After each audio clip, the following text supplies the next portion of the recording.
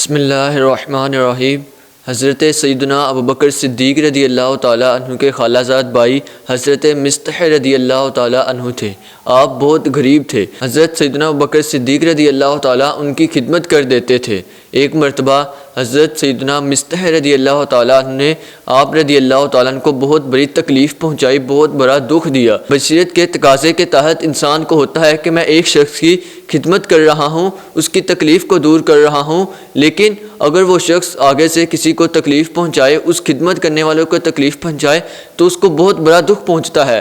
حضرت سیدنا ابوبکر صدیق رضی اللہ تعالیٰ عنہ نے جب ان کی ذات سے تکلیف پہنچی تو آپ نے قسم کھا لی کہ میں آئندہ مصطح کی خدمت نہیں کروں گا۔ تو آپ رضی اللہ تعالیٰ عنہ کے قسم اٹھاتے ہی قرآن پاک کی ایک آیت، بہت ہی خوبصورت آیت نازل ہوئی۔ اللہ پاک قرآن مجید میں پارہ نمبر 18 سورہ نور کی آیت نمبر 22 فرماتا ہے، ترجمہ کنز العرفان، کہ تم میں فضیلت والے اور مالی گنجائش والے یہ قسم نہ کھائیں کہ وہ رشتہ داروں اور مسکینوں اور اللہ کی راہ میں ہجرت کرنے والوں کو مال نہ دیں گے، اور انہیں چاہیے کہ معاف کر دیں اور درگزر کریں۔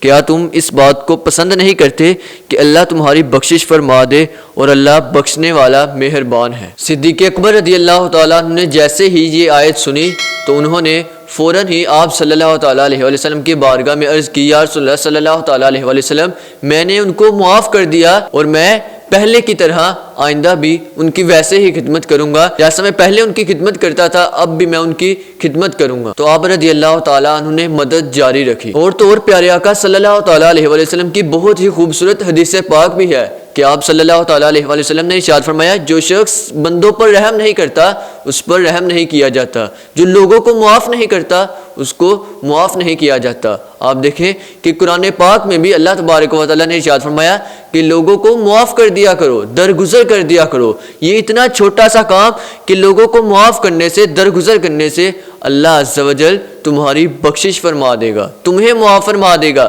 تمہارے گناہوں کو معاف فرما دے گا۔